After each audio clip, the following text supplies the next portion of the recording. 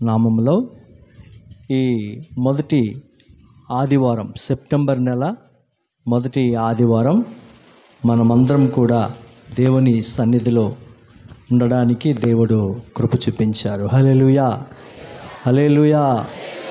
మన దేవుడు ఎవరైనా మాట్లాడే దేవుడు. చెప్పాలి, ఎవరైనా మాట్లాడే దేవుడు. మాట్లాడే దేవుడు మనతో మాట్లాడాలంటే మనము ఆయన మాట వినడానికి ఎలా ఉండాలంటే సిద్ధంగా ఉండాలి. హల్లెలూయా. కాబట్టి ప్రతి వారు కూడా దేవుడు వాక్యమై ఉన్నాడు, వాక్యం దేవుడై ఉన్నాడు. ఆ వాక్యమైన దేవుడు మనతో మాట్లాడాలంటే మనము జాగ్రత్తగా ఆయన మాట కొరకు ఎదురు చూస్తూ ఉండాలి.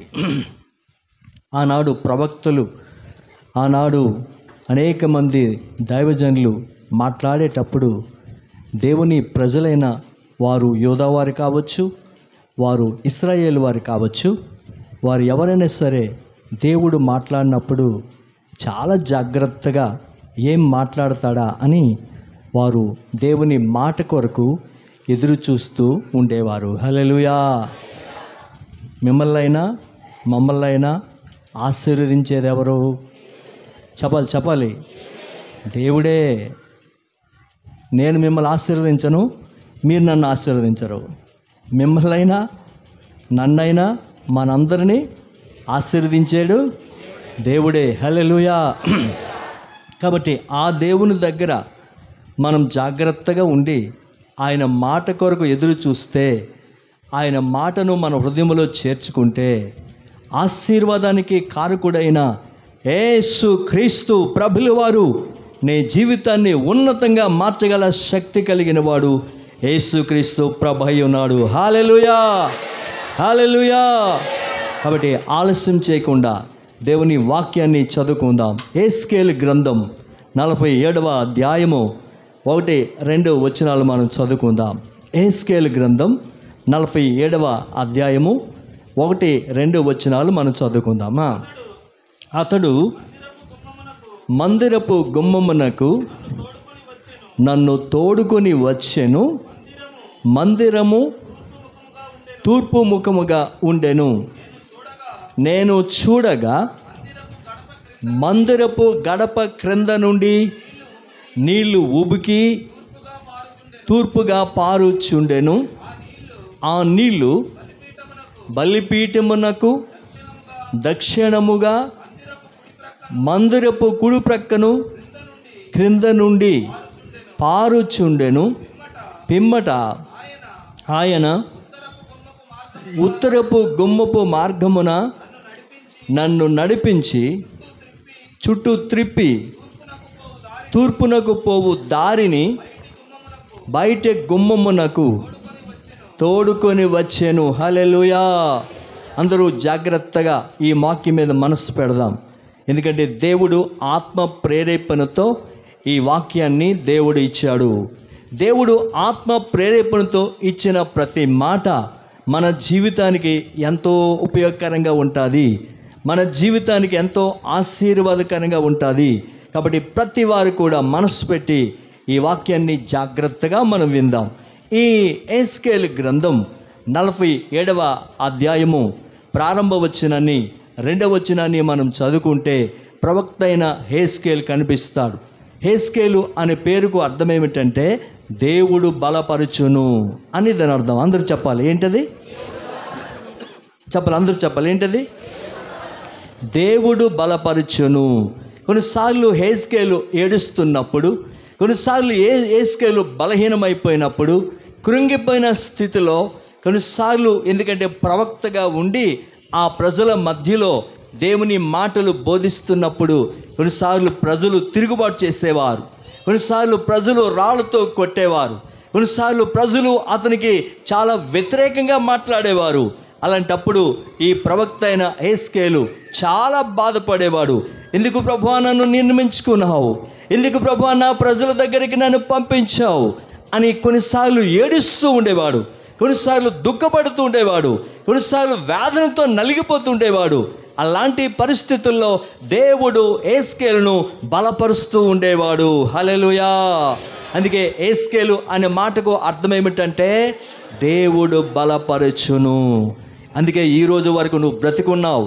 ఎప్పుడో ఆత్మహత్య చేసుకోవాలనుకున్నావు, నీ కుటుంబ పరిస్థితులు బట్టి, నీ అప్పులు బట్టి, ఈ తనువు చాలించాలి అనుకున్నావు, ఈ జీవితం నాకు వద్దు అనుకున్నావు, ఈ బ్రతుకు నాకు వద్దు అనుకున్నావు. కానీ అలాంటి పరిస్థితుల్లో దేవుడే తండ్రిగా తల్లిగా నీ వద్దకు వచ్చి నిన్ను ధైర్యపరిచి బలపరిచిన కారణం బట్టి ఈ రోజు వరకు సజీవుడిగా సజీవురాలుగా బ్రతుకున్నావు. హల్లెలూయా, హల్లెలూయా.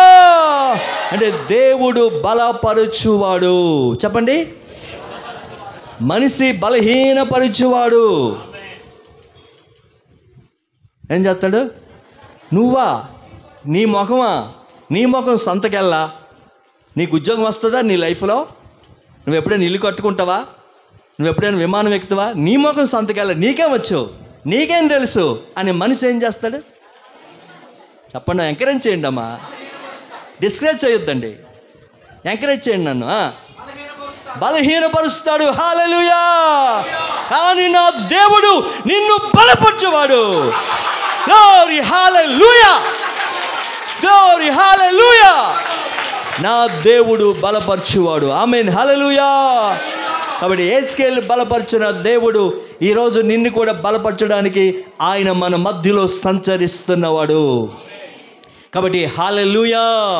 కాబట్టి మంచి ఉదయకాల సమయంలో దేవాధిదేవుడు చెప్తున్న ప్రతి మాట మనమందరం జాగ్రత్తగా విందాం. ఈ యెహెజ్కేలు గ్రంథం 47వ అధ్యాయము ప్రారంభ వచనాన్ని 2వ వచనాన్ని మనం చూస్తే దేవుడు యెహెజ్కేలుతో మాట్లాడుతున్నాడు. ఏం మాట్లాడుతున్నాడు తెలుసా? యెహెజ్కేలు, నా వద్దకు రా, నేను ఒక మందిరాన్ని చూపిస్తాను. హల్లెలూయా. ఏం చూపిస్తాను? నేను ఒక మందిరాన్ని చూపిస్తాను. విచిత్రమైన మందిరం, దాని గుమ్మాలు విచిత్రం, దాని ద్వారం విచిత్రం, దాని పరిస్థితి విచిత్రం, దాని కార్యాలు ఆశ్చర్యం. అలాంటి మందిరాన్ని చూపిస్తాను రా అని చెప్పి దేవుడు యెహెజ్కేలు చేయి పట్టుకొని నడిపిస్తూ ఉన్నాడు. దయచేసి బాగా గమనించండి. ఆ మందిరం ఆశ్చర్యకరమైన మందిరం, ఆ మందిరం చాలా విచిత్రమైన మందిరం, ఆ మందిరం చాలా ప్రత్యేకమైన మందిరం, ఆ మందిరం చాలా ప్రత్యేకింపబడిన మందిరం, ఆ మందిరము దేవుని ఆత్మచేత నింపబడిన మందిరం. ఆ మందిరము ఈరోజు నీవే. దేవుని స్తోత్రం, హల్లెలూయా. అందుకే 1 కొరింథీ పత్రిక 6వ అధ్యాయము 19వ వచనాన్ని మనం చదువుకుందాం. త్వరగా 1 కొరింథీ పత్రిక 6వ అధ్యాయము 19వ వచనం చదువుకుందాం. మీ దేహము దేవుని వలన మీకు అనుగ్రహించబడిన మీలో ఉన్న పరిశుద్ధాత్మకు ఆలయమై ఉన్నదని మీరు ఎరుగరా? చూడండి, దేవునికి స్తోత్రం, హల్లెలూయా. కాబట్టి 1 కొరింథీ పత్రిక 6వ అధ్యాయము 19వ వచనంలో ఏమంటాడంటే, మీరు దేవునికి ఆలయమై ఉన్నారు. అంటే ఎవరు మీరు? దేవుని మందిరము. మీరేమై ఉన్నారు? దేవుని మందిరము. అంటే వాక్యం యొక్క అంశం ఏమిటంటే ఆత్మ సంబంధమైన మందిరము. చెప్పండి,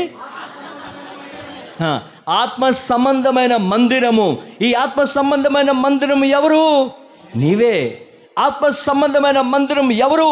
నేనే. ఆత్మ సంబంధమైన మందిరం ఎవరు? మనమే. దేవునికి స్తోత్రం, హల్లెలూయా. అయితే ఆత్మ సంబంధమైన మందిరంగా మనం ఉండాలంటే, దేవుని సన్నిధి మన మధ్యలో ఉండాలంటే, దేవుడు మన వద్దకు రావాలంటే, మనను ఆశీర్వదించాలంటే ఆత్మ సంబంధమైన మందిరంగా ఎలా పిలువబడతాం, ఆత్మ సంబంధమైన మందిరంగా ఎలా పోల్చబడతాం, ఆత్మ సంబంధమైన మందిరంగా ఎలా ప్రత్యేకించబడతాం అనేది చూస్తే ఒక 3 విషయాలు ఉన్నాయి. త్వరగా మనం చూద్దాం. అయితే మొట్టమొదటిగా ఇక్కడ దేవుడు యెహెజ్కేలు చేయి పట్టుకొని తీసుకొస్తూ ఉన్నాడు. తీసుకొస్తూ ఉండగా దయచేసి బాగా గమనించండి. యెహెజ్కేలు ఒక దర్శనం చూస్తూ ఉన్నాడు. ఎందుకంటే దర్శన వరం కలిగిన వాడు యెహెజ్కేలు. ఏది జరగాలన్నా దేవుడు దర్శన రూపంలో చూపించేవాడు. కీడు వస్తుందన్న దర్శన రూపంలో చూపిస్తాడు, మేలు జరుగుతున్న దర్శన రూపంలో చూపిస్తాడు. దేవుని స్తోత్రం, హల్లెలూయా. ప్రార్థనా పరులకు దేవుడు కొన్ని దర్శనం చూపిస్తాడు. అమ్మా, వినండి వినండి, కొన్నిసార్లు దేవుడు జరగబోయే కీడు మీకు చూపిస్తాడు. అలాంటప్పుడు ఏం చేయాలి తెలుసా? మీరు ప్రార్థన చేయాలి. ప్రభువా, ఆ కీడు నా కుటుంబానికి రాకూడదు నాయనా, ఆ కీడు నా సంఘానికి కానీ, నా పొరుగు వారికి కానీ, నా గ్రామస్తులు కానీ, నా ఎదుటి వారికి కానీ ఎవరు కూడా అలాంటి కీడు రాకూడదు ప్రభువా అని నువ్వు ప్రార్థన చేయాలి. ఎందుకంటే దర్శన వరం నీకు ఉంది కాబట్టి. అందుకే జరగబోతున్న దానిని ముందుగా దేవుడు నీకు చూపించినప్పుడు అవి జరగకుండా ఉండాలని ఏం చేయాలి? నువ్వు చెప్పాలి, ప్రార్థన చేయాలి. నువ్వు ప్రార్థన చేస్తే ఆ కీడు రాకుండా దేవుడు తొలగిస్తాడు, ఆ నష్టం రాకుండా దేవుడు తొలగిస్తాడు. నాకేంటిలే, నేను బాగున్నాను, ఎవరు పోతారు నాకెందుకు, ఎదుటి వారు పోతారు నాకెందుకు, నా గ్రామస్తులు పోతారు నాకెందుకు, నా దేశస్తులు పోతారు నాకెందుకు అని నీవు ఉంటే ఒక్కరోజున ఆ కీడు అనేది వారి మీదకే కాకుండా నీ మీద కూడా వచ్చే ప్రమాదము ఉంది. దేవునికి స్తోత్రం, హల్లెలూయా. కాబట్టి దర్శన వరం కలిగిన వ్యక్తులు దేవుడు చూపించినప్పుడు ఏం చేయాలి? ప్రార్థన చేయాలి. ప్రభువా, అటువంటి భయంకరమైన ఉపద్రవం, ఆ భయంకరమైన కీడు, ఆ భయంకరమైన నష్టము నాకు కాకుండా, నా సంఘానికి కాకుండా, మా గ్రామానికి కాకుండా ఎవ్వరికీ రాకూడదు ప్రభువా అని కన్నీళ్లతో ప్రార్థన చేస్తే దేవుడు ఖచ్చితంగా ఆ ప్రమాదం నుండి వారిని తప్పిస్తాడు. అంత గొప్ప దేవుడు యేసుక్రీస్తు ప్రభువై ఉన్నాడు. హల్లెలూయా. కాబట్టి ఈ ఉదయకాల సమయంలో నీవు, నేను, మనమందరం కూడా ఎలా ఉండాలి? ఆత్మ సంబంధమైన మందిరముగా మనము ఉండాలి. ఆత్మ సంబంధమైన మందిరంగా ఉండాలంటే మొట్టమొదటిగా ఏం చేయాలంటే, దయచేసి బాగా గమనించండి. దేవుడు హెస్కేల్ చేయి పట్టుకున్నాడు. చేయి పట్టుకొని నడిపిస్తూ ఉండగా అక్కడ ఒక మందిరం కనిపించింది. ఆ మందిరము నీవే, ఆ మందిరం నేనే, ఆ మందిరం మనమే. అయితే వెళ్తున్నప్పుడు మొట్టమొదటిగా హెస్కేల్ కనిపించిన దృశ్యం ఏమిటంటే, ఆ మందిరంకు ఉండే గుమ్మము తూర్పు వైపు ఉన్నది. హల్లెలూయా. అందరూ జాగ్రత్తగా వినండి. మొట్టమొదటిగా ఏ గుమ్మం చూశాడు? అందరూ చెప్పాలి, ఏ గుమ్మం చూశాడు ఆయన? తూర్పు వైపు ఉన్న గుమ్మాన్ని చూశాడు. దయచేసి తూర్పు వైపు గుమ్మమును ఎందుకే చూపించాడు? తూర్పు వైపు గుమ్మం ఎందుకే దేవుడు తీసుకెళ్ళాడు హెస్కేల్ని? అదే మొట్టమొదటిగా ఎందుకు చూపించాడు? తూర్పు ఏం చూపిస్తుందంటే, ఒకసారి మలాకీ పుస్తకం 4వ అధ్యాయము 2వ వచనాన్ని మనం చదువుకుందాం. త్వరగా మలాకీ పుస్తకం 4వ అధ్యాయము 2వ వచనం చదువుకుందాం. అయితే నా నామము నందు భయభక్తులు కలవారగు మీకు నీతి సూర్యుడు ఉదయించెను. ఆమేన్, హల్లెలూయా.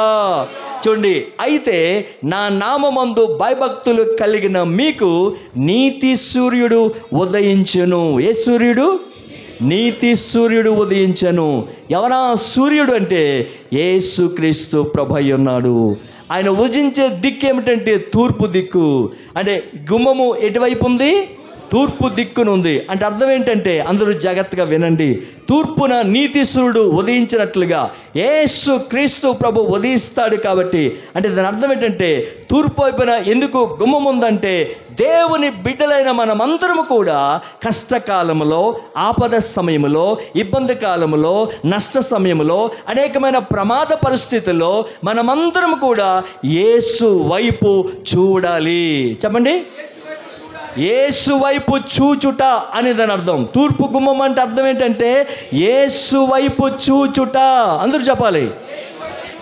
కాబట్టి కష్టకాలం వచ్చినప్పుడు, ఇబ్బంది సమయం వచ్చినప్పుడు, ఏమంటే అనేకమైన ఇబ్బందుల్లో మనం ఎదుర్కొన్నప్పుడు, ప్రమాద సమయం వచ్చినప్పుడు మనం ఏం చేయాలంటే ఎవరి వైపు చూడాలి?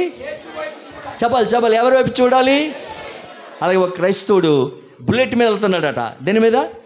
చెప్పండి. అలాగా బుల్లెట్ మీద చాలా స్పీడ్గా వెళ్ళిపోతున్నాడట. చీకటి పడిపోయింది. ఇలాగా ఒక మలుపు వచ్చేదట. ఆ మలుపు రాగానే ఏమంటే స్పీడ్ను కంట్రోల్ చేయలేక స్పీడ్ అదుపు తప్పి బండి పడిపోయి చివరికి బండి ఈయన పక్కన ఒక చెట్టు ఉంటే చెట్టు దగ్గరికి వెళ్ళి పడిపోయారట. బాగా చిమ్మ చీకటి, ఏమీ కనిపించట్లేదు. అప్పుడు ఈయన అంటున్నట, ఆ చెట్టు కొమ్మ పట్టుకొని వెళ్ళగా, ప్రభువా నన్ను రక్షించవా అంటాడట. ఏమంటాడు?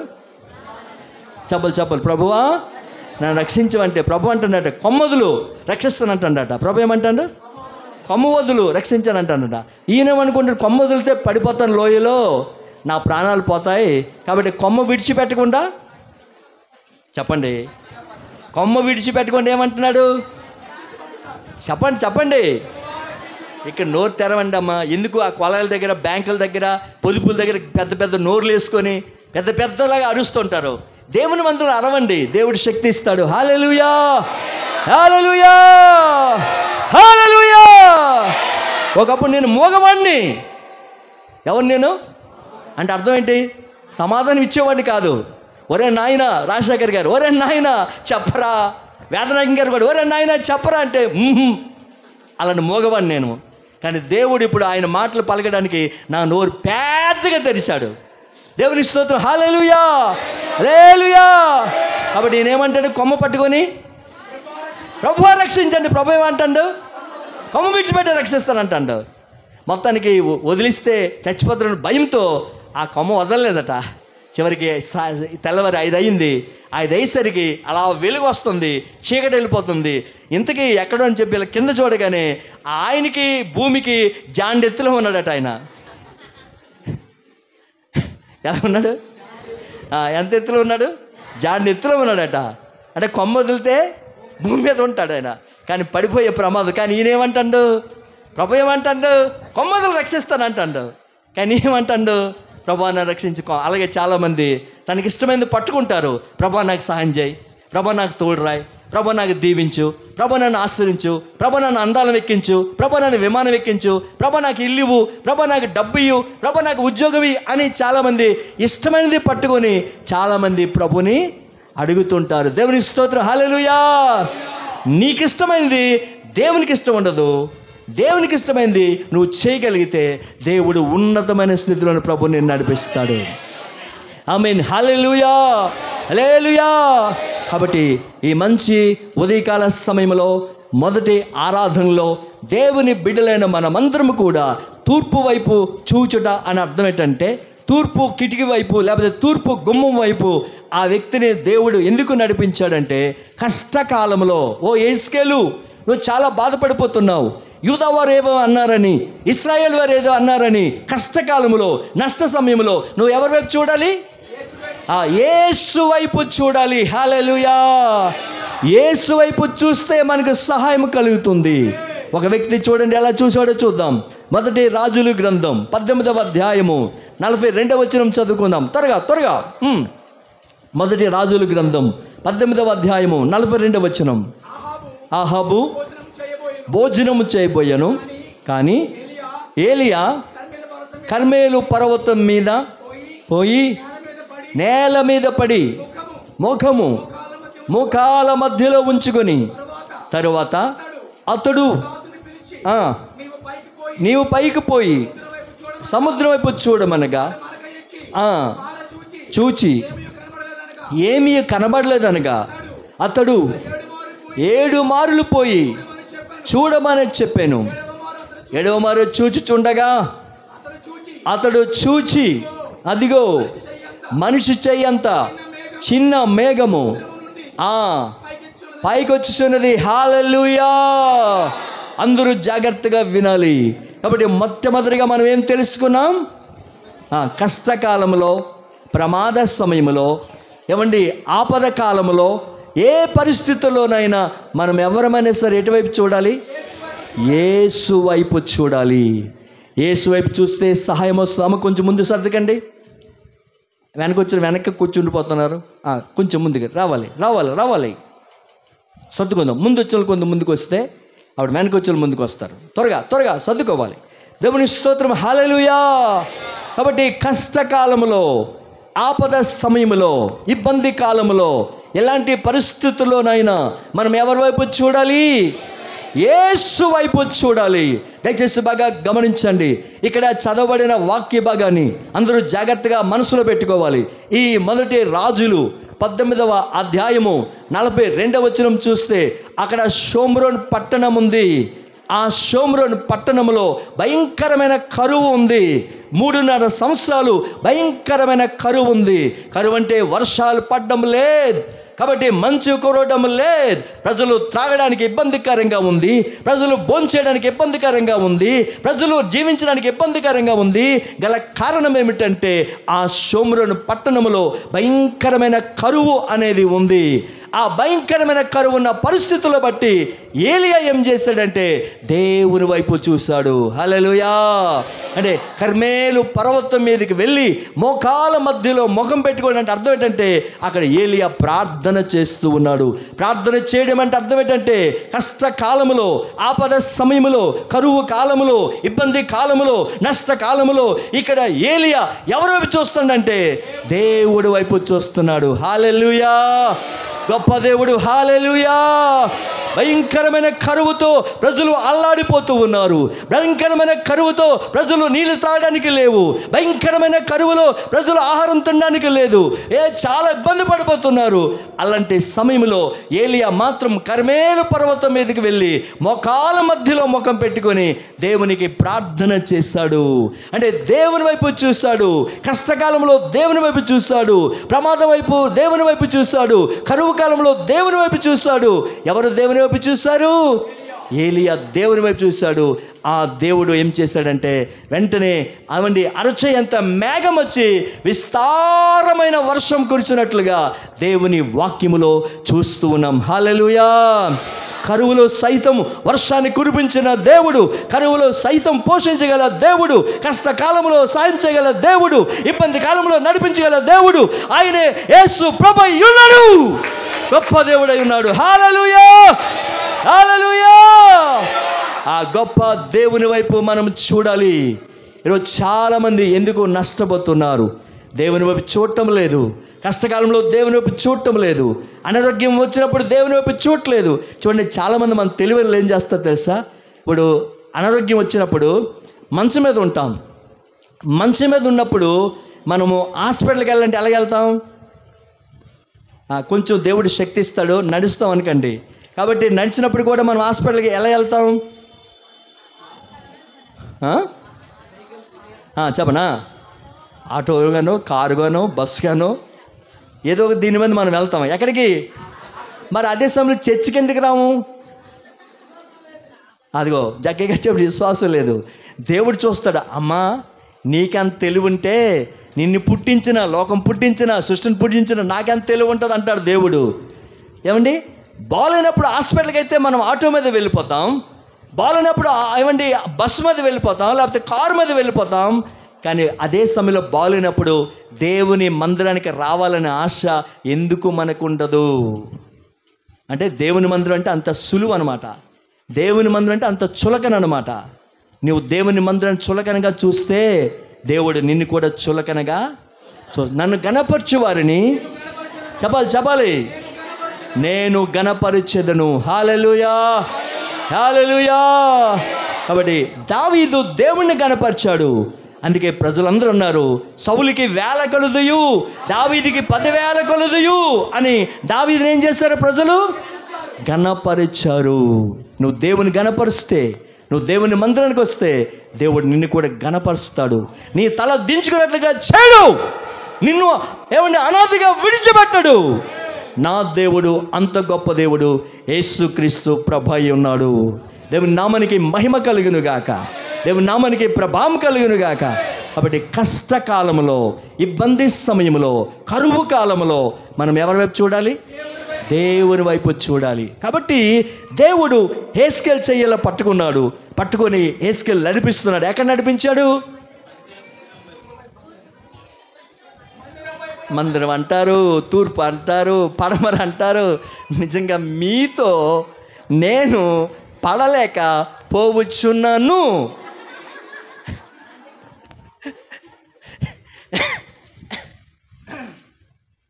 తల ప్రాణం తోక్కొస్తుంది మీతో మాట్లాడడానికి. దేవుని స్తోత్రం. హల్లెలూయా. హల్లెలూయా. మీ అందరూ బాగుండాలని, మీరందరూ ఆత్మీయంగా ఎదగాలని, మీకోసం ప్రతి వారం కొత్త సమాచారం తేవడానికి నేను దేవుడి దగ్గర చాలామంది అనుకుంటారు, ప్రసంగమా 4 మాటలు చెప్పడం ఏముందండి? అవునా? రా, మైకిస్తాను ఇక్కడికి రండి, వచ్చి మాట్లాడండి. ఎవరైనా దడ పుట్టేస్తుంది, గుండు వణుకొచ్చేస్తుంది, చేతులు వణుకొచ్చేస్తాయి. ఏమండి, నిలబడి మాట్లాడడం అంటే అంత ఏమండి ధైర్యం అనుకుంటుంది. అది దేవుడు ఇవ్వాలి. హల్లెలూయా. కాబట్టి మీకోసం ఒక 50 నిమిషాలు 60 నిమిషాలు వాక్యం చెప్పడానికి మేము దేవుని దగ్గర ఎంతో ప్రయాసపడతాం. కొన్నిసార్లు శనివారం రాత్రి నిద్ర కూడా ఉండదు. ఏమంటే తెల్లవారు ఈరోజు 3 గంటలకే లేచి ప్రభు 6 గంటల వరకు నాయన ఏమిస్తావు, చెప్పింది చెప్పకూడదు, చెప్పింది చెప్తే మా పాస్టరు ఏమండి అలా తప్పకూడదు అంటారు, ఏమి చేత కాదు అంటారు, నన్ను సవట అంటారు ప్రభువా, వారి దగ్గర నన్ను అవమానపరచుక నాయన అనే ప్రార్థనాపూర్వకంగా ధ్యానిస్తే దేవుడి వాక్య భాగాన్ని బయలుపరిచాడు. దేవుని స్తోత్రం, హల్లెలూయా. కాబట్టి మన వాక్య అంశం ఏమిటి? ఆత్మ సంబంధమైన మందిరం. ఆత్మ సంబంధమైన మందిరం ఎవరు? నేనన్నా మనం అనుకో. దేవుని స్తోత్రం, హల్లెలూయా. ఆత్మ సంబంధమైన మందిరం ఎవరు? నేనే.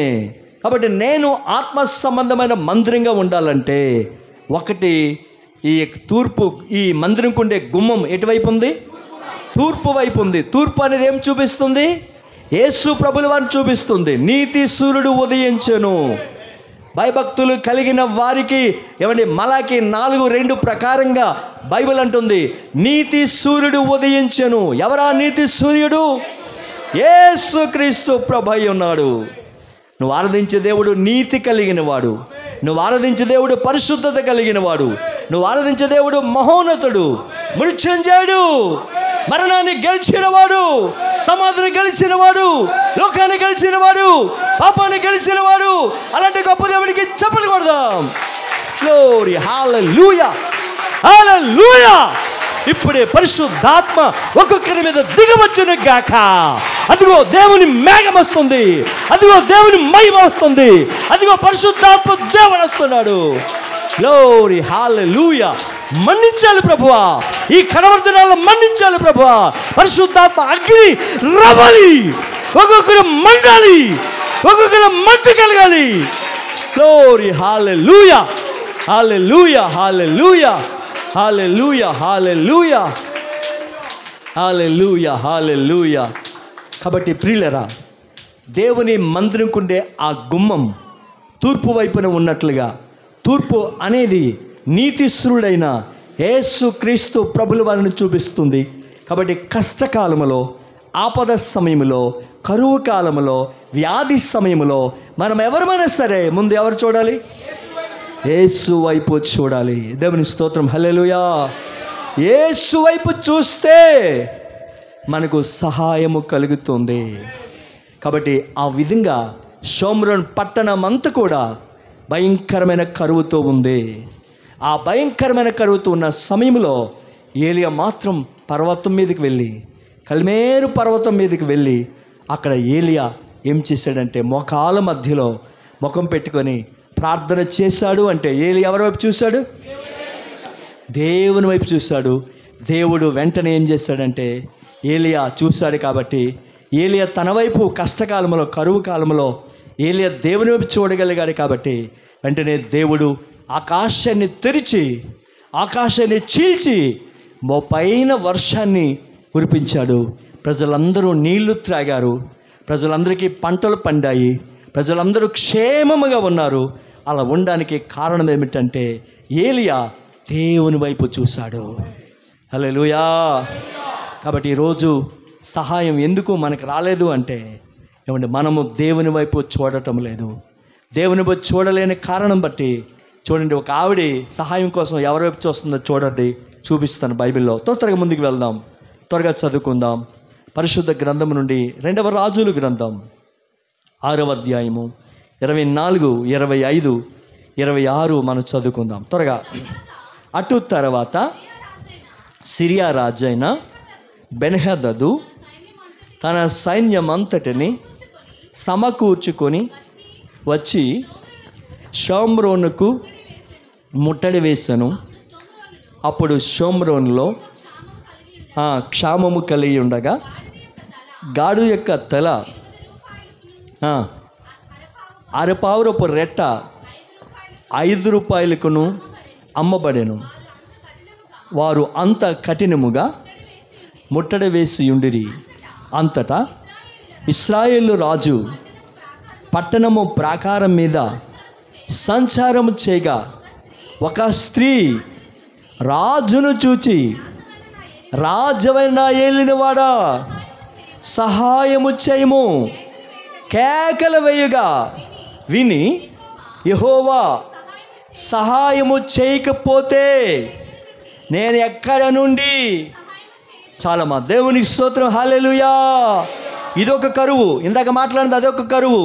ఈ కరువు ఏంటంటే సిరియా రాజు అయిన బెన్హదదు తన సైన్యం తీసుకొని వచ్చి ప్రాకారపు గోడ చుట్టూ సైన్యాన్ని మోహరింప చేసి, ఆ మోహరింప చేసిన తర్వాత ఏం జరిగిందంటే ఆ పట్టణంలో ఉండేవారి వెలుపలికి రాకూడదు, వెలుపలు ఉండేవారి పట్టణము లోపలికి వెళ్ళకూడదు. ఎందుకంటే రాకపోకలు జరిగితే కదా, రవాణా సాగితే కదా ఏమండి ఎవరైనా సరే తినడమైనా త్రాగడమైనా ఉండడమైనా దేనికైనా వచ్చిపోతూ ఉంటే, రవాణా సాగుతూ ఉంటేనే ఏమండి కార్యాలు జరుగుతూ ఉంటాయి. కానీ అక్కడ షోమ్రోన్ పట్టణంలో ఏమండి శత్రువైన రాజైన ఏమండి సన్హెరీబు అనే వ్యక్తి తన సైన్యాన్ని తీసుకొని వచ్చి షోమ్రోన్ పట్టణం చుట్టూ కూడా ఏం చేశాడంటే మోహరించాడు. పట్టణం లోపల ఇజ్రాయేల్ ఉన్నారు. ఏంటి ఇజ్రాయేల్కు ముఖ్య పట్టణం షోమ్రోన్, యూదులకు ముఖ్య పట్టణం యెరూషలేం, మన ఆంధ్రకి ముఖ్య పట్టణం ఏమో హైదరాబాద్ అంటారేమనుకుంటా. కొంతమంది కొంచెం మంది అనాలోచనతో ఉంటారు, అనాలోచనలు కొంతమంది ఉంటారు, అనాలోచన మాట్లాడేస్తుంటారు. ఏంటండి అమరావతి, మన ఆంధ్రకి ముఖ్య పట్టణం అమరావతి. షోమ్రోన్కి ముఖ్య పట్టణం, ఇస్రాయేల్కి ముఖ్య పట్టణం కాదు, ఇస్రాయేల్కి ముఖ్య పట్టణం షోమ్రోన్. అది ఏమండి యూదా వారికి ముఖ్య పట్టణం యెరూషలేం. దేవుని స్తోత్రం, హల్లెలూయా. యెరూషలేంకి చాలామంది వెళ్తున్నారు. ఇలాగే ఒకసారి భార్యాభర్తలు చూడడానికి వెళ్ళారట. దేన్ని? కొంతమందికి ఆశ ఉండదు, నేను వెళ్తే బాగుంటుంది ఏమో, ఆశపడండి, ప్రార్థించండి, దేవుడి చిత్తం అయితే ఆఫర్ వస్తుంది. ఆఫర్ సెకండ్ రేట్ అంటారు కదా, అలాంటి ఆఫర్ వస్తే దేవుడు తీసుకెళ్తాడేమో చెప్పుకోలేము. నేనా నా మొఖానికి యెరూషలేమా? యేస్ నువ్వే అనుకుంటే, దేవుడు అనుకుంటే నిమిషాల్లో నేను తీసుకెళ్ళిపోతాడు. ఆమేన్, హల్లెలూయా, హల్లెలూయా. మొత్తానికి ఆ యెరూషలేం చూడడానికి వెళ్ళారు. ఈలో వెళ్ళగానే భార్యకి హార్ట్ అటాక్ వచ్చింది, అక్కడే చచ్చిపోయింది ఆవిడ. చచ్చిపోగానే భర్త అంటున్నాడు, అమ్మో ఇక్కడ నేను పాత పెట్టను, నా దేశం భారతదేశం తీసుకెళ్ళిపోతాను. అక్కడ ఉండేది చాలామంది వచ్చారట. ఏమండి మరి దేశంలో ఇది యేసు ప్రభు జీవించిన దేశం కాబట్టి ఇక్కడే పాతి పెట్టండి, మీకు బాక్స్ ఇస్తాం, మీకు డబ్బులు ఇస్తాం, మీకు భోజనాలు పెడతాం, పూలదండలు తెస్తాం, ఫోటోలకి ఇస్తాం, ఏమండి అన్ని కొవ్వొత్తులు వెలిగిస్తాం అన్నీ చెప్తున్నారట. ససేమిరా నేను ఒప్పుకోను బాబోయ్, నేను ఎంత మాత్రమే సరే నేను మా భారతదేశానికి తీసుకెళ్ళిపోండి. మొత్తానికి ఇంతలో ఒక తెలివైన వాడు వచ్చి, సార్ ఎందుకు సార్ ఎంత బలవంత పెట్టినా సరే మీరు ఇక్కడ పాత పెట్టను భారతదేశం తీసుకెళ్ళిపోతాను అంటారంటే, ఆయన అంటాడట ఇక్కడ కానీ పాతితే యేసు ప్రభు లేచిపోయినట్లుగా నా భార్య కూడా 3వ దినం లేచిపోతుంది బాబోయ్ అన్నాడట. అంటే ఏమో భార్యతో ఆయన పడలేకపోతాడు, భార్య పోరు పడలేకపోతున్నట్టుంది ఆయన. కాబట్టి ఆయన అంటున్నాడు, ఈ యెరూషలేములోనే పాతి పెడితే యేసు ప్రభు 3వ దినం లేచిపోయినట్లు ఈవిడ కూడా వద్దు బాబు, ఇక్కడ నా భారతదేశం తీసుకెళ్ళి పాతితే ఇక ఎప్పటికీ దేవుని స్తోత్రం, హల్లెలూయా, హల్లెలూయా. కాబట్టి దేవుని బిడ్డలారా, ఈ మంచి ఉదయకాల సమయంలో దయచేసి చూడండి, ఇక్కడ ఈ 2వ రాజులు 6వ అధ్యాయము 24, 25, 26 ఈ 3 వచనాలు చూస్తే ఇక్కడ కూడా భయంకరమైన కరువు అనేది వచ్చింది షోమ్రోన్ పట్టణానికి. అయితే ఆ కరువు వచ్చినప్పుడు ఇశ్రాయేలు రాజు పట్టణపు ప్రాకారమే తిరుగుతూ ఉన్నాడట కరువు కాలం బట్టి. ఆ కరువు ఎంత భయంకరమంటే గాడిద తల 80 రూపాయలు, అరపావురపు రెట్ట 5 రూపాయలు. అంటే అంత కఠినంగా అక్కడ కరువు ఉంది అని అర్థం అన్నమాట. ఆ భయంకరమైన కరువు ఉన్న కారణం బట్టి ఆ పట్టణాన్ని పరిపాలిస్తున్న రాజు అయిన ఇశ్రాయేల్ రాజు పట్టణ ప్రాకారమే తిరుగుతూ ఉంటే ఒక స్త్రీ చూసి, రాజా సహాయం చేయండి, ఆకలితో అలమటించిపోతున్నాను, కరువు వల్ల చచ్చిపోయే పరిస్థితి ఉంది, సహాయం చేయండి రాజా, సహాయం చేయండి అని కేకలు వేస్తున్నట్టు ఒక స్త్రీ కేకలు వేస్తుంటే రాజు అంటున్నాడు, దేవుడు సహాయం చేయకపోతే నేను ఎక్కడి నుండి సహాయం చేస్తానమ్మా? భయంకరమైన కరువులో నేను ఉన్నాను, నేను చావడానికి సిద్ధంగా ఉన్నాను. నీవైనా రాజువైనా నేనైనా ఇంకెవరైనా సరే మనం తిని బట్ట కట్టాలంటే, బ్రతికి బాగుండాలంటే దేవుడే సహాయం చేయాలి. ఆమేన్, హల్లెలూయా. కాబట్టి ఈ మంచి ఉదయకాల సమయంలో ఎందుకు విషయం చెప్పానంటే, ఎవరైనా సరే సమస్య వచ్చినప్పుడు, కష్టం వచ్చినప్పుడు, శోధన వచ్చినప్పుడు ముందు మీరు నేర్చుకోవాల్సిన పాఠం ఏమిటంటే దేవుని వైపు చూడాలి. దేవుని వైపు చూడాలి. అది నేర్చుకోండి ముందు. అంటే మీ అమ్మకు ఫోన్ చేసి, మీ నాన్నకు ఫోన్ చేసేసి, నేను చాలా ఇబ్బందులు ఉన్న డాడీ నాకు ₹1,00,000 పంపించు, మీ అల్లుడు నన్ను ఇబ్బంది పెట్టేస్తున్నాడని అమ్మ నాన్న ఫోన్ చేయడం కాదు. ముందు ఎవరు చూడాలి? చెప్పాలి దేవుని వైపు చూడాలి ఫస్ట్. నిజంగా నీవు దేవుని వైపు చూస్తే ఇవ్వనోళ్ళు కూడా దేవుడు ఇప్పించేలా చేస్తాడు. పిసనాలతో సహా దేవుడు నీ దగ్గర తీసుకొస్తాడు. కొంతమంది పిసనాలు ఉంటారు, కాకులు కూడా ఎంగిల్ చేయి దొలపరాట. అలాంటి పిసనాలు కూడా దేవుడు దేవుడు అనుకుంటే, అందుకే దేవుడు ఏలే దగ్గర ఎవరు పంపించాడు? కాకులాంటి మనుషులు. అంటే కాకులు అంటే ఎత్తుకెళ్ళిపోయినవి. నువ్వు ఇంటి ముందు ఏదైనా ఆరబెట్టావు అనుకో, మిరపకాయలు ఆరబెట్టినా, పప్పులు ఆరబెట్టినా, పచ్చళ్ళు ఆరబెట్టినా, ఒడియాలు ఆరబెట్టినా, కాకులు ఏం చేస్తాయి? అంటే అది ఎవరికి పెట్టే రకం కాదు. ఆ పెట్టే రకం కాని వారితో దేవుడు నీ దగ్గరికి రప్పిస్తాడు. ఆమేన్, హల్లెలూయా. అంత గొప్ప దేవుడు అండి మన దేవుడు. ఆ గొప్పదనం తెలియక మనం పొరపాటు పడిపోతున్నాం. ఆ గొప్పదనం తెలియకే సతమతం అయిపోతున్నాం. ఆ గొప్పదనం తెలియకే తలకిందులు అయిపోతున్నాం. నిజంగా దేవుని గొప్పతనం తెలిస్తే నువ్వు ఇలాగ ఉండవు. హల్లెలూయా. నువ్వు శాసిస్తే చాలు అద్భుతాలు జరిగిపోతాయి. నువ్వు శాసిస్తే చాలు దేవుడు అద్భుతాలు. యెహోషువ అన్నాడు, సూర్యుడా ఆగు. సూర్యుడు అక్కడే ఆగిపోయాడు. చంద్రుడా ఆగు అన్నాడు, అక్కడే ఆగిపోయాడు. ఎవరైనా? యెహోషువ నాయకుడు, మామూలు ఆఫ్టర్ ఒక మ్యాన్, మామూలు మనిషి, దేవుడు కదా ఆయన. ఆఫ్టర్ ఒక మ్యాన్, మనిషే శాసిస్తే సూర్యుడు చంద్రుడు ఆగిపోయి ఒక రోజంతా 24 గంటలు ఆగిపోయాట. చూసావా దేవుడు ఎంత అధికారం ఇచ్చాడో. కాబట్టి దేవుని బిడ్డలకు అంత అధికారం దేవుడు ఇచ్చాడు. కానీ అది మనం తెలుసుకోలేకపోతున్నాం, అది మనం ఉపయోగించుకోలేకపోతున్నాం. కాబట్టి దేవుని ప్రజలారా, ఈ మంచి ఉదయకాల సమయంలో ఈ యొక్క మందిరం కొండే గుమ్మము ఎక్కడ ఉందంటే తూర్పు వైపున ఉంది. అంటే మనం అందరము కూడా ఎవరి వైపు చూడాలి? చెప్పాలి ఎవరి వైపు చూడాలి? యేసు వైపు చూడాలి. యేసు వైపు చూడాలి. యేసు వైపు చూస్తే మనకు సహాయము కలుగుతుంది. ఇంకా చాలా విషయాలు ఉన్నాయి, సమయం అయిపోతుంది. త్వరగా మరొక 1-2 మాట చూపించి నేను ముగిస్తాను. రెండవది ఒకసారి రెండవ వచనం మరొకసారి, మొదటి వచనం చదవండి. 47 మొదటి వచనం చదవండి మరొకసారి. మందిరము తూర్పు ముఖముగా ఉండెను. నేను చూడగా మందిరపు గడప క్రింద నుండి నీళ్లు ఉబికి తూర్పుగా పారుచుండే. చాలనా? హల్లెలూయా. కాబట్టి రెండవది, ఆ మందిరంలో ఏమున్నాయంటే నీళ్లున్నాయి. చెప్పండి, ఏమున్నాయి? నీళ్లు ఉన్నాయి. నీళ్లను అపోస్తలుడైన పౌలు, చూడండి ఎఫెసీ పత్రిక 5వ అధ్యాయము 27వ వచనం మనం చదువుకుందాం. అపోస్తలుడైన పౌలు నీళ్లను దేనికి పోల్చాడో చదువుదాం. ఎఫెసీ పత్రిక 5వ అధ్యాయం 27వ వచనం. పురుషులారా మీరును మీ భార్యలను ప్రేమించుడి, అటువలే క్రీస్తు కూడా సంఘమును ప్రేమించి అది కలంకమైన ముడతైనను అట్టిది మరి ఏదైనను లేక పరిశుద్ధమైనది గాను నిర్దోషమైనది గాను మహిమగల సంఘము గాను ఆయన తన ఎదుటను నిలబెట్టుకున్న వల్లని వాక్యముతో ఉదక స్నానము చేత దాన్ని పవిత్రపరచి పరిశుద్ధపరచుటకై దాని కొరకు తన్ను తాను అప్పగించుకొనెను. హల్లెలూయా. చూడండి, ఇక్కడ పౌలు ఈ ఎఫెసీ సంఘానికి రాస్తూ నీళ్లను దేనికి పోల్చాడంటే, ఏమంటే ఉదక స్నానం అంటే మంచి నీళ్ళు. అంటే ఈ మంచి నీళ్ళు దేనికి పోల్చాడంటే వాక్యము. చెప్పండి, అందరూ చెప్పాలి, ఏంటిది? వాక్యము. అంటే నీళ్ళు దేనికి సాదృశ్యము? వాక్యము. అంటే నీ హృదయంలో దేవుని వాక్యం ఉండాలి. నీ హృదయంలో వాక్యం ఉంటే దేవుడు నీ ద్వారా ఘనమైన కార్యాలు జరిగిస్తాడు. చూడండి ఒకసారి అపోస్తుల కార్యాలు 17వ అధ్యాయము 10వ వచనం 11వ వచనం ఒకసారి మనం చదువుకుందాం. వెంటనే సహోదరులు రాత్రి వేళ పౌలును శీలను బెరయాకు పంపించిరి. వారు వచ్చి యూదుల సమాజ మందిరములో ప్రవేశించిరి.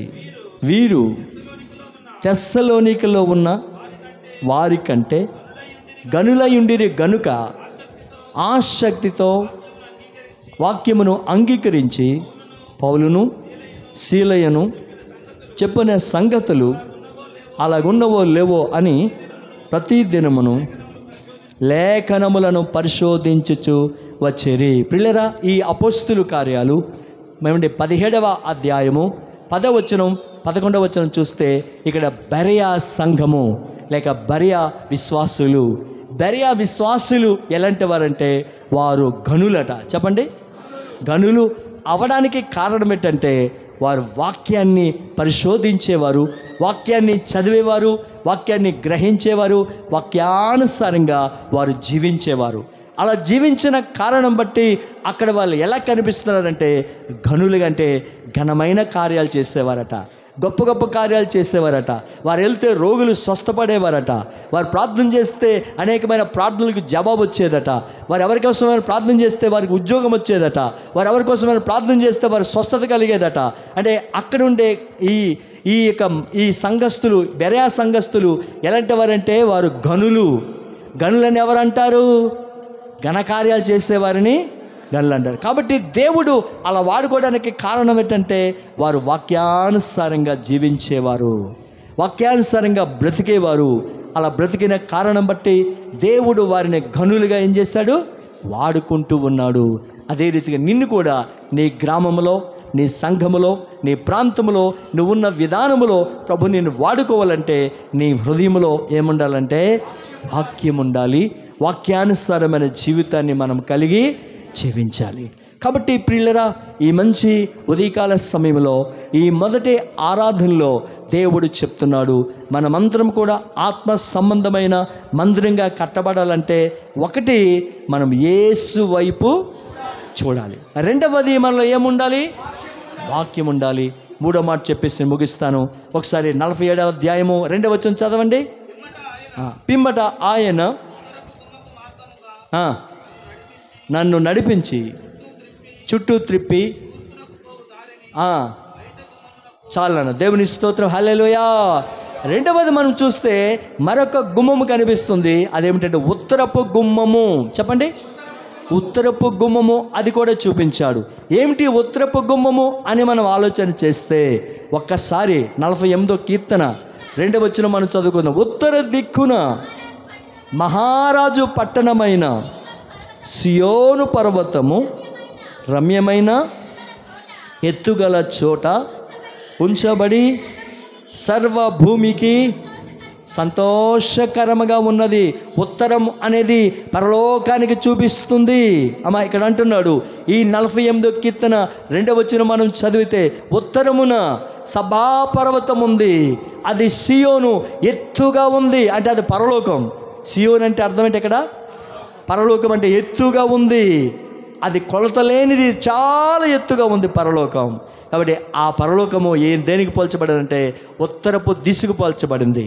ఉత్తరం అంటే పరలోకం అని దాని అర్థం. అంటే దాని అర్థం ఏంటంటే మూడవది మనం ఎలా ఉండాలంటే పరలోకము అంటే దాని గురించి పేతురు ఒక మాట చెప్తున్నాడు చూడండి. మొదటి పేతురు పత్రిక 2వ అధ్యాయము 11వ వచనాన్ని చదువుకుందాం.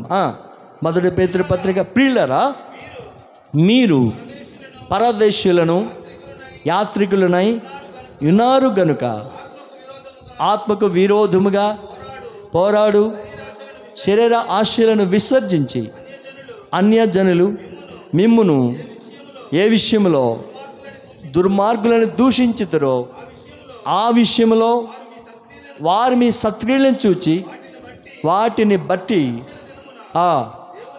దేవుని మహిమపరచుటకు వారి మధ్యను నీతి ప్రవర్తన గలవారై ఉండవలనని మిమ్మల్ని బ్రతిమాలుచున్నాను. అంటే ఇక్కడ పేతురు అంటున్నాడు, ఈ మొదటి పేతురు పత్రిక 2వ అధ్యాయము 11వ వచనంలో ఏమంటాడంటే ప్రియులారా మనము యాత్రికులమును పరదేశులమై ఉన్నాము. అంటే ఈ దేశము మనది కాదు. ఏ దేశం మంది? పైనున్న పరలోకము మంది. కాబట్టి మనం అందరం ఎక్కడికి వెళ్ళాలి? పరలోకానికి వెళ్ళాలి. అంటే మనం ఎవరమంటే పరసంబంధులము. చెప్పండి. మూడవది మనం పరసంబంధులుగా ఉండాలి అని దాని అర్థం. నువ్వు ఆత్మ సంబంధమైన మందిరంగా కట్టబడాలంటే ఒకటి యేసు వైపు చూడాలి, 2 వాక్యం ఉండాలి, 3 పరసంబంధులుగా మనం ఉండాలి. ఎలా ఉండాలి? చూడండి, హెబ్రీ పత్రిక 11వ అధ్యాయము 8వ వచనం చదువు, ముగించేద్దాం. ఈ లాస్ట్ మాట ఇది. హెబ్రీ పత్రిక 11వ అధ్యాయం 10వ వచనం. 11వ అధ్యాయం 10వ వచనం. ఏలయనగా దేవుడు దేనికి శిల్పియు నిర్మాణకుడై ఉన్నాడో ఆ పునాదులు గల ఆ పట్టణం కొరకు అబ్రహాము ఎదురు చూచుచుండెను. హల్లెలూయా. ఈ హెబ్రీ పత్రిక 11వ అధ్యాయము 10వ వచనం మనం చూస్తే అబ్రహాము పునాదులు కలిగిన పట్టణం కొరకు ఎదురు చూచినట్లుగా, అబ్రహాం ఎటువైపు చూస్తున్నాడు? పరలోక వైపు చూస్తున్నాడు. పునాదులు కలిగిన పట్టణము, పరలోక పట్టణము. ఏమండి, అటువంటి దివ్యమైన పట్టణము, సుందరమైన పట్టణము, అది పరలోకానికి పోల్చబడింది. ఆ పట్టణానికి నేను ఎప్పుడు వెళ్తానా అని అబ్రహాము కూడా ఎదురు చూచినట్లుగా ఈరోజు దేవుని బిడ్డలైన మనము కూడా మన ఆలోచన, మన ధ్యాస, మన తలంపులు, మన ఉద్దేశాలు అన్నీ కూడా ఎలా ఉండాలంటే నేను ఎప్పుడు పరలోకానికి వెళ్తానా. కాబట్టి పరసంబంధులుగా మనం జీవించాలి. హల్లెలూయా. ఈ లోక సంబంధులు మనం కాం, ఈ లోక సంబంధమైన వారు మనం కాం. ఈ లోక సంబంధమైతే శరీర కార్యాలు మనం నెరవేర్చుకుంటాం. కాబట్టి ఈ లోక సంబంధమైన మనం కాము. కాబట్టి మనం ఎవరమంటే పరదేశులమును యాత్రికులమై ఉన్నాము. యాత్రికులు అంటే చూడండి, చాలామంది యాత్రకు వెళ్తారు, ఎక్కడి నుంచి అయితే వెళ్తారో తిరిగి అక్కడికే వస్తారు. అలాగే మనము కూడా పరలోకం నుండి వచ్చాము, తిరిగి మనం ఎక్కడికి వెళ్ళాలి? పరలోకానికి వెళ్ళాలి. పరలోకానికి వెళ్ళాలంటే భూమి మీద బ్రతికినంత వారు ఎలా బ్రతకాలి? పరసంబంధులుగా మనము బ్రతకాలి. అలా బ్రతికినప్పుడే ఆత్మ సంబంధమైన మందిరంగా మనం కట్టబడతాం. కాబట్టి దేవుని బిడ్డలారా, ఈ ఉదయకాల సమయంలో దేవాది దేవుడు 3 విషయాలు మనకు చెప్పాడు. కాబట్టి ఆత్మ సంబంధమైన మందిరము నీవే, ఆత్మ సంబంధమైన మందిరము నేనే, ఆత్మ సంబంధమైన మందిరము మనమే. కాబట్టి అలాగా కట్టబడాలంటే, నేను ఆత్మ సంబంధమైన మందిరంగా ఉండాలంటే ఈ 3 నాలో ఉండాలి. 1 యేసు వైపు చూడాలి, 2 వాక్యము ఉండాలి, 3 పరసంబంధులుగా జీవించాలి. అలా 3 కలిగి ఉన్నప్పుడు దేవుడు నేను ఒక ఆత్మ సంబంధమైన మందిరంగా దేవుడు చేస్తాడు. ఆత్మ సంబంధమైన మందిరంగా చేయబడితే అప్పుడు నీలోనికి పరిశుద్ధాత్మ దేవుడు వస్తాడు. పరిశుద్ధాత్మ దేవుడు నీ హృదయంలోకి వస్తే, పరిశుద్ధాత్మ దేవుని జీవితంలోకి వస్తే నీ జీవితం చాలా ఆశీర్వాదకరంగా, చాలా దీవెనకరంగా మార్చబడుతుందని దేవుని సేవకుడిగా మనం చేస్తున్నాను. మనం ప్రభు బలలోకి వెళ్దాం. ఎందుకంటే దేవుని వాక్యం చేత మనము హెచ్చరిక చేయబడ్డాం, దేవుని వాక్యం చేత సరి చేయబడ్డాం. ఎవరైతే బాప్తిసం తీసుకొని ప్రభు బల కొరకు సిద్ధపడిచ్చారో మీరున్న స్థలంలోంచి మెల్లగా లేచి నిలబడతారా?